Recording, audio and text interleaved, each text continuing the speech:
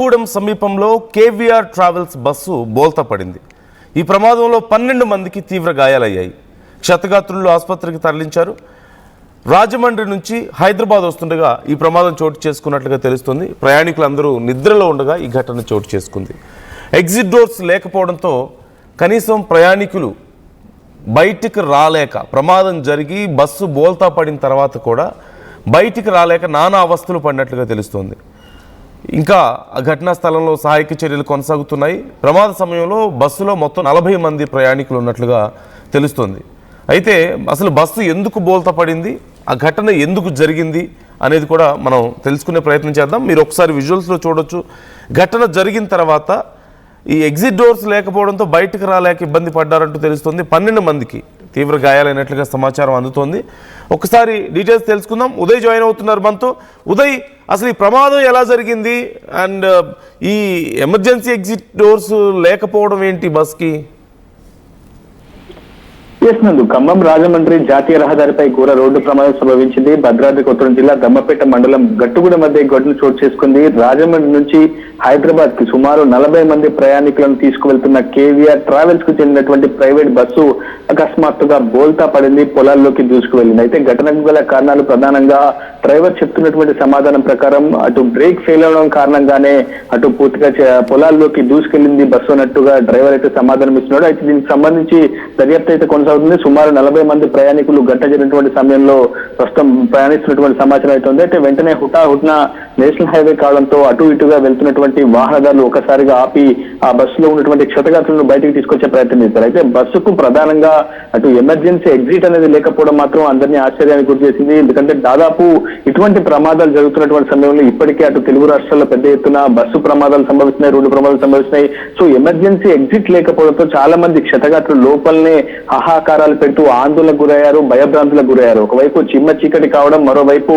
పంట పొలాల్లో బస్సు బోల్తా పడడంతో అటు బయటికి క్షతగాత్రులను తీసుకువచ్చేందుకు కూడా అటు వాహనదారులు, స్థానికులు, పోలీసులు కూడా చాలా పెద్ద ఎత్తున శ్రమించాల్సి వచ్చింది. ఎట్టకేలకు 40 మంది ప్రయాణికులను సురక్షితంగా బయటికి తీసుకువచ్చినటువంటి స్థానికులు అక్కడ దమ్మపేట ప్రభుత్వ ఆసుపత్రికి తరలించి క్షతగాత్రులకు చికిత్స అందించే ప్రయత్నం అయితే చేశారు. అయితే ప్రస్తుతం ఈ ఘటనపై కేసు నమోదు చేశామని పోలీసులు చెప్తున్నారు. బస్ కి ఎందుకు ఎమర్జెన్సీ ఎగ్జిట్ ఏర్పాటు చేసుకోలేదన్న కోణంలో కూడా ప్రస్తుతం పోలీసులు విచారణ అయితే కొనసాగిస్తున్నారు. గతంలో అతివేగం కారణంగా ఇదే ప్రైవేట్ ట్రావెల్స్ బస్ పై సుమారు 14 చలాన్లు కూడా నమోదైనట్లు మనకు సమాచారం అయితే అందుతుంది. ప్రస్తుతం ఘటనకు సంబంధించి కేసు దర్యాప్తు చేసినట్లయితే పోలీసులు చెప్తున్నారు. పూర్తిగా ప్రయాణికులంతా కూడా నిద్రమత్తులో ఉన్న సమయంలో సరిగ్గా తెల్లవారుజామున 1:30 ఈ రోడ్డు ప్రమాదం సంభవించినట్లు మనకు సమాచారం అందుతుంది. ఒకవైపు చిమ్మ చీకటి, మరోవైపు పంట పొలాల్లో బస్సు పూర్తిగా బోల్తా పడడంతో అటు బయటికి బయటికి వచ్చేందుకు అటు క్షతగాత్రులు తీవ్ర అవస్థలు పడాల్సి వచ్చింది. చాలా పెద్ద ఎత్తున ఆహాకారాలు చేస్తూ కాపాడాలంటూ కూడా ప్రయాణికులు వేడుకోవడంతో అటు ఇటు వెళ్తున్నటువంటి వాహనదారులు మాత్రం మానవత్వాన్ని ప్రదర్శించారు. క్షతగాత్రులను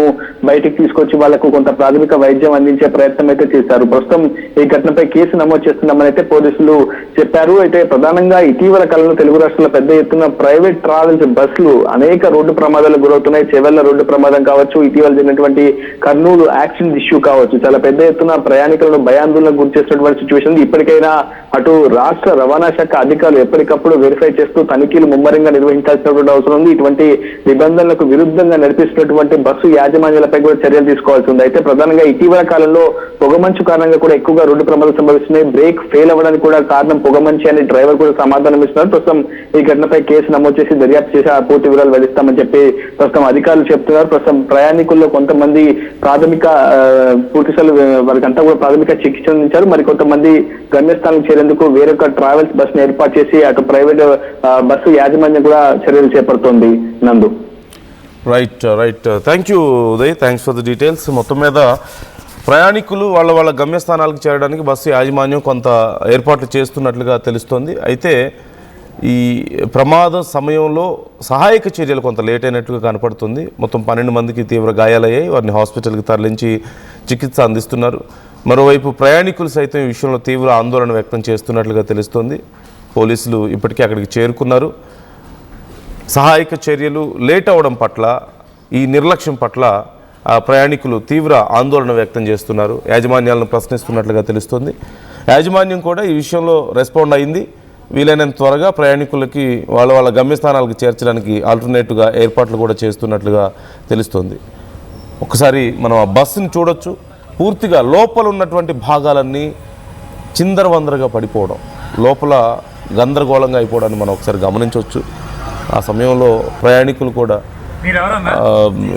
సహాయక చర్యల కోసం వెయిట్ చేసి లోపల నుంచి బయటికి రాలేక ఆ డోరు ఒకవైపు ఈ లెఫ్ట్ సైడ్ పడిపోవడంతో మీరు చూడొచ్చు, లెఫ్ట్ సైడ్ పడిపోయింది, డోర్ మూసుకుపోతుంది. ఇక మెయిన్ డోర్ ఉన్నటువంటి సైడ్ పూర్తిగా క్లోజ్ అవ్వడంతో బయటికి ఎలా రావాలో తెలియక గాయాల పాలయ్యి ఎవరైనా హెల్ప్ చేస్తారా అంటూ ఎదురు చూస్తూ అక్కడ లోపల నానా అవస్థలు పడ్డట్లుగా తెలుస్తోంది.